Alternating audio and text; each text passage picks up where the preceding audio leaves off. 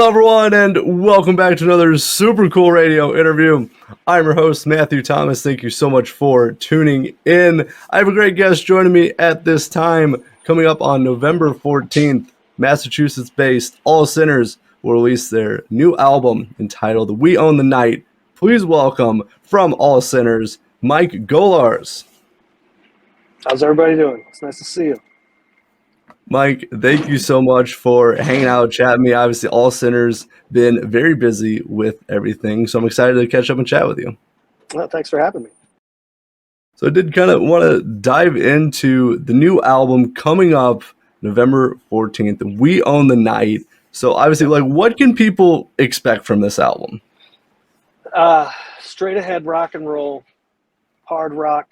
We go back and forth from harder to a little, it's all melodic rock, really inspired by 80s British metal and stuff like that. And we're trying to bring that back with the modern twist. You know, we're kind of piggybacking off of a four-song EP that we had out a couple years ago, and just continue that on with a 10-song full length. Checking out some of your music, so I'm excited for the upcoming album. And what I really like is kind of just kind of hard, straight up rock and roll that you guys do. You really pull no punches with your music. Like I said, we've been in so many projects together through the years, and it was just time to go out and do and put together music that involves all of our influences and bands that we loved, and not be ashamed of that and just show it off, because it's and people really feed into it too. It's been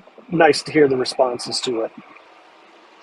Oh, for sure. Well, again, I'm very excited when that is available, November 14th. Now, I believe this album is currently available for pre-order. Is that correct? Yeah, it went up for pre-order last Friday. So you can go to ratpackrecords.com and pre-order it there, or allsinnersband.com. Everyone's phone is blowing up right now in the van because we just released the video for our first single, Into the Flames, that just went live about 30 minutes ago. So everybody's getting first views on that. The single will be available tomorrow on all streaming platforms.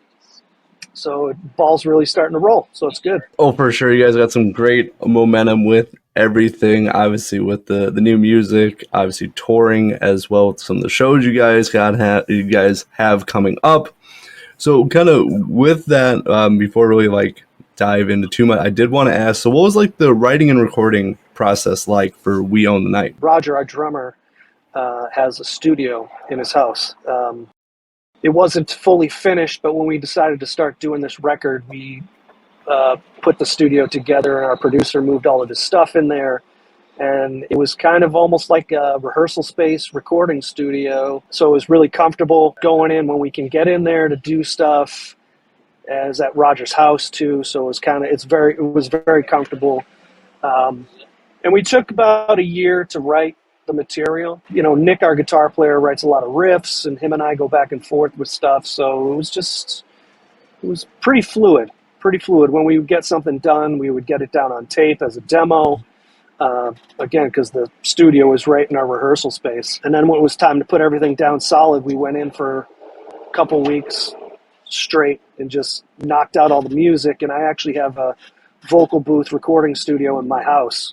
So I did all the vocals at home, which was a first for me, and then sent them over to the producer, and he dropped them into all the tracks. So it was really comfortable. It was a nice, different recording atmosphere. Right, I'm really glad to hear with that.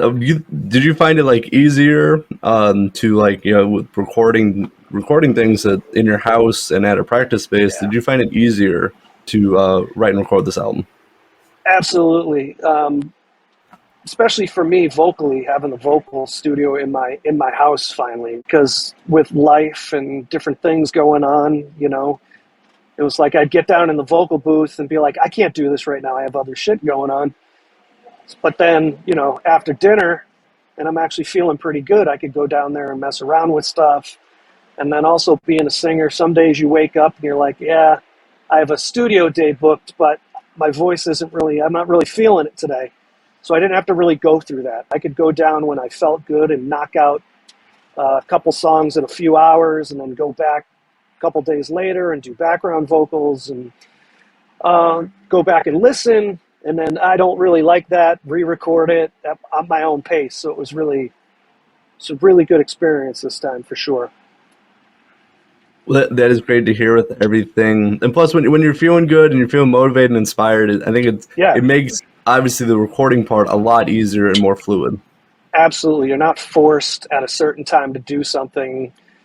Because I changed a bunch of stuff. I would sing a whole song and do background vocals and listen to it a bunch of times and then go back and I don't like that. I got to redo that whole thing. And it wasn't a big deal to do it. I wasn't depending on a producer to make time for me or whatever. I could just do it at my own pace. So it was great. Oh, exactly. Plus, renting a studio to record and all that stuff, it gets pricey. That you really can't have that luxury of we'll do it again or re-record. You don't really have that luxury. Yeah, you start settling for stuff, and we didn't have to do that this time. It was, we could listen to it, and then if Nick didn't like a guitar solo, it was, all right, call. We'll be in there tomorrow. Do it again. It was really good.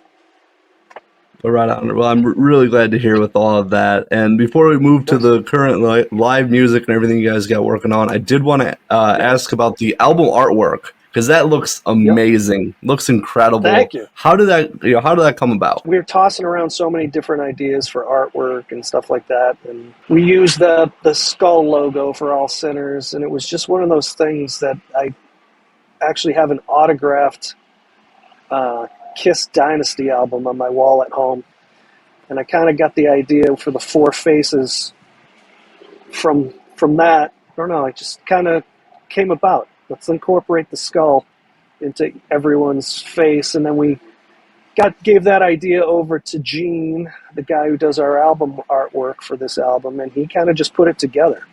And then it was a back and forth, of what we like, what we don't like, and stuff like that. But yeah, I'm really glad. I'm really happy with how it came out. Everybody in the band is really creative with all this stuff. So we toss around ideas, and not one person is, the president of this thing or anything. It's kind of like who's got the best idea.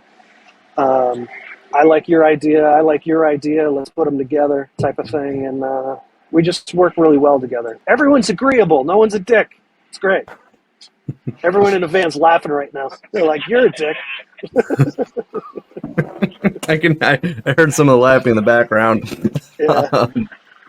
But no, that's good to have that kind of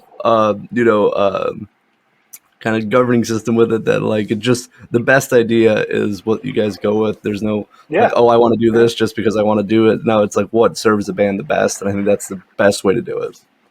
Yeah. I've had to do that a few times in this band where I think, well, that's a really stupid idea, but the other three guys like it, so I have to do it. I'm getting the middle finger and stuff right now.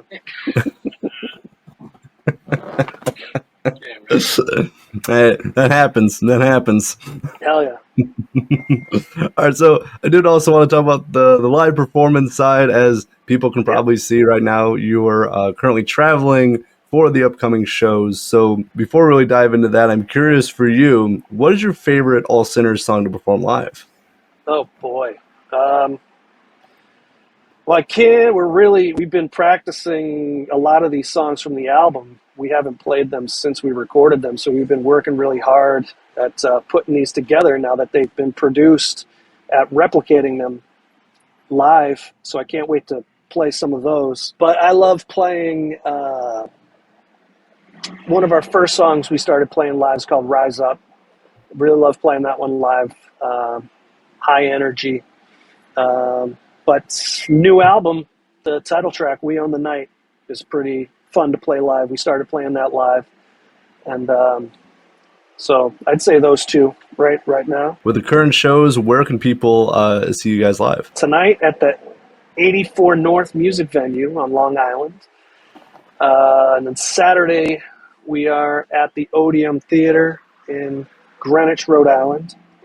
Then after that, we're at the Whiskey A Go-Go in Los Angeles on Wednesday, November 5th with Dawkins. What were you showing me? 89 North. That's what I said. Music venue. Oh, I said 84. Sorry, it's 89 North. And then we got a ton of stuff coming up in December and February. I think I don't know if it's been quite announced yet, but we're doing a tour with George Lynch and Lynch in February. But find everything on allsinnersband.com and all of our social media platforms. Roger, our drummer, is one of the best promoters, so you will never miss anything that we're doing if you follow us. So Very good. You guys got some great things in the works with everything. So I'm excited to see, obviously, with the new album and, everything you guys got going on. Thank you so much for stopping by Super Cool Radio. thank you for having me, and it was great to talk to you. Appreciate it.